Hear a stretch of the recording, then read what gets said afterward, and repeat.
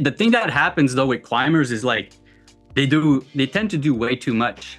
So they'll climb for like 3-4 hours, and then they're going to the gym to do their workout, and then their finger training, and like they're always kind of burnt out. That's one thing I realized as I was getting older, and like I'm getting busier with life and work and all that stuff, is like my sessions tend to be a lot shorter, but they're very effective. But like I seem to getting stronger this way because I'm always well rested. Like I'm never like super beat up from anything. So that's one thing that I've noticed over the years that changed quite a bit. Yeah.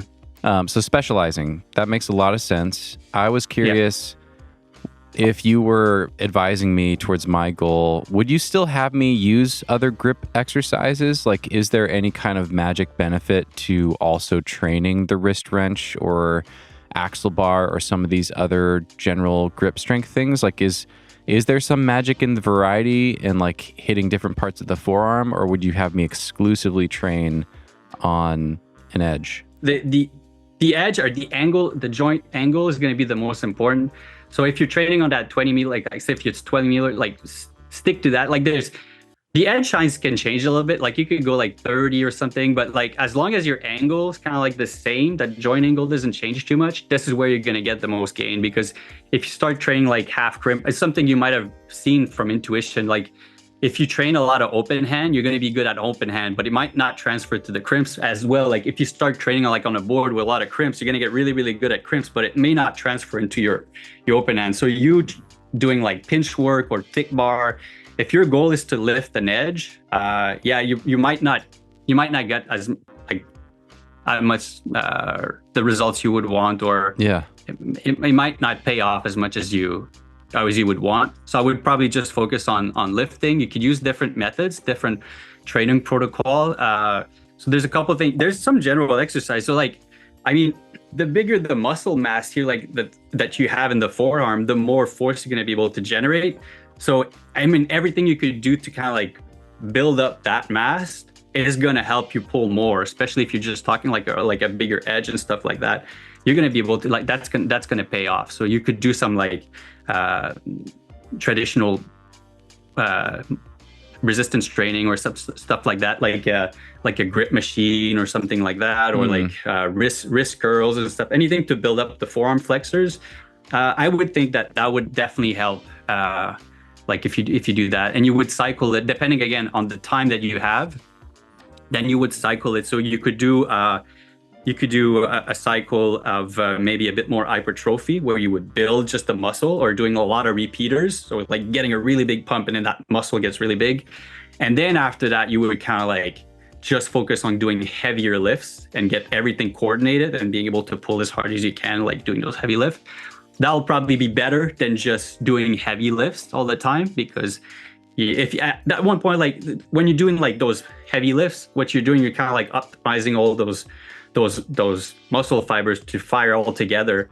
At one point, there's only so much optimization that you can do before your body's like, oh, that's pretty much all I got, right? So then you have to go back and try to build build the mass, build those forearms, And as climbers, you kind of like just want the mass where it's going to pay. So like those pulling muscles, the arm, the forearms and stuff like that, those are the ones that are going to be all those big prime movers that like are very important for like climbing performance. Those are the one you would want to push, but the rest you want to kind of keep light and like small and stuff, so that your relative strength stays high, right?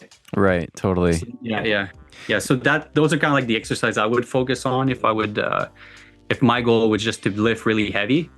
This would be my tactics. Hey friends, I want to give a quick shout out to the sponsor of this video, Tension Climbing. I recently got my very own tension board too, and I think it is hands down the most versatile and effective training board I have ever used. The folks at Tension set out to create the best board for broad incremental climbing progression and skill development. And I think they nailed it. I've been training on this thing for the past few months. I've gotten way stronger overall. And I set some replicas of one of my projects, and I was able to do the crux of one of my dream boulders the very first day of the season, which I had never been able to do before. They thought a lot about the spectrum of difficulty as well. So the TB2 is great for beginners. It's also great for pro climbers. Climbers of all difficulties can make a lot of progress on this board. Head over to tensionboard.com/nugget to learn more about the Tension Board 2, or use the Tension app to find a TB2 at a gym near you. Link in the description below, and enjoy the rest of the video. I want to ask you more about hypertrophy, because one of the things I've struggled with my own, finger strength journey is compounding long-term gains. Like I think I know how to recruit. I know how to build a program that recruits my fingers and gets them back up to their peak, or gets them to that peak that you talked about that's in relation to my total muscle fibers. I'm good at figuring out how to get all those things firing. But then I hit a wall, and then, I try to maintain. And then when I go back to train again, I just feel like I'm not really building on the previous season.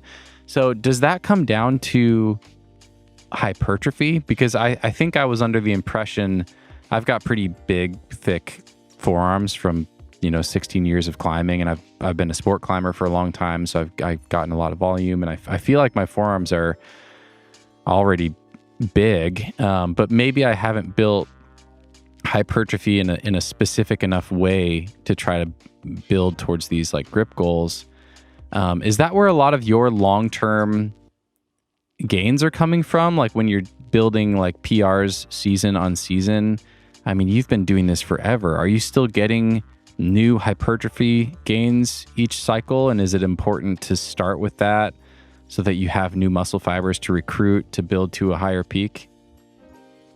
Yeah, it's a good question. There's not a lot of information on it out there. So I don't want to make up stuff too much, but yeah, from what I can tell from my personal experience, first of all, it's for me, it's always been something that came easy. I even remember years ago, it's just, I think it's due to the style of climbing that I started. When I started climbing, I had very bad technique, and I was very strong. So I kind of butchered everything. I would campus everything. So I climb on my arms all the time. So I got very, very strong, a strong back and strong forearms. It's funny because one of my early mentors told me, he said the best thing you could do for your climbing is to lose all your strength. And it's actually something that happened. I went planting trees over the summer for a couple of months, and I got back and it was really heavy. I didn't climb for a few months and stuff, and I lost all my strength. So I put all my energy into technique, working a lot on skills and doing a lot of endurance. And I was climbing really well without doing any strength stuff. I was climbing better than before. That's when I actually really started to learn to climb very well. Yeah, that's kind of interesting. But for the hypertrophy, yeah, so what I usually use the hypertrophy for, I know it does definitely makes a difference, because from a lot of the athletes that I see, the grip athletes, they tend to develop very big forearms. So there's definitely something in there that it's just not just tendon. It's there's definitely something the forearm flexors plays an important role in anything that's grip. So for sure, if you can do something to build that muscle, I think it's going to pay off. But then it's optimizing, and it could be a lot of different things too. That you would have to kind of start to track a lot of different things and try to see why is my progress stopping? And then you could look at is it maybe could be am I doing too many different things at the same time, or is maybe I'm not doing enough, maybe there's not enough stimulus to do it. And then you would have to try to start playing with those variables to see if you can find what's causing your progress to start. So always trying to analyze and develop a lot of awareness. That's always been something I felt that I was really good at, was to always trying to think it's okay, every climbing session, every practice I have is an opportunity to grow. So you're trying to go through that process. It's okay, so this is stopping now. What's happening? So track the volume of climbing you did. And maybe I'll try maybe doing a couple more sets. Maybe I need more stimulus to do it. Or in most climbers, they're doing too much. They're climbing and then they're doing this on top and doing that. One thing that I've noticed is the climbers that tend to be very, very strong, or athletes in general. I know athletes from a lot of different backgrounds. tend to be like the ones that are a bit lazier, the ones that like to rest more. They do less, but when they on the, they try really, really hard. So it's I would go through that process first and try to see, okay, what's causing me to stop getting my gains and stuff. So going through that process is probably one of the most important thing you could do to figure out what you need to do to kind of like keep growing. And but yeah, as long as I mean, I think my numbers always been keep going up. They haven't always been at the peak, they go up and down and stuff. But in general, things always kind of like move up. If I'm still training and stuff. For hypertrophy, for the repeaters, they're very useful for climbing, for if you want to try to hang on longer on an edge, or like for short routes, or if you're doing long boulders, that's going to be super important. Or if you're like a comp climber too, and like you're going to have to give multiple burns with short recovery. So being able to be on the wall for that specific amount of time is going to be very important. So that's what you're going to get in terms of like transfer from doing a lot of repeaters. And obviously, like, I mean, you're going to get massively pumped too. So you should be getting some extra muscle mass. But I've noticed when I did those cycles, and then when I switch back to like a maximum strength, I always get like more gains than if I just focus on like maximum strength program. Yeah. So yeah, it's interesting, and it's important, I think, probably to do it like every once in a while, especially if you start hitting a wall.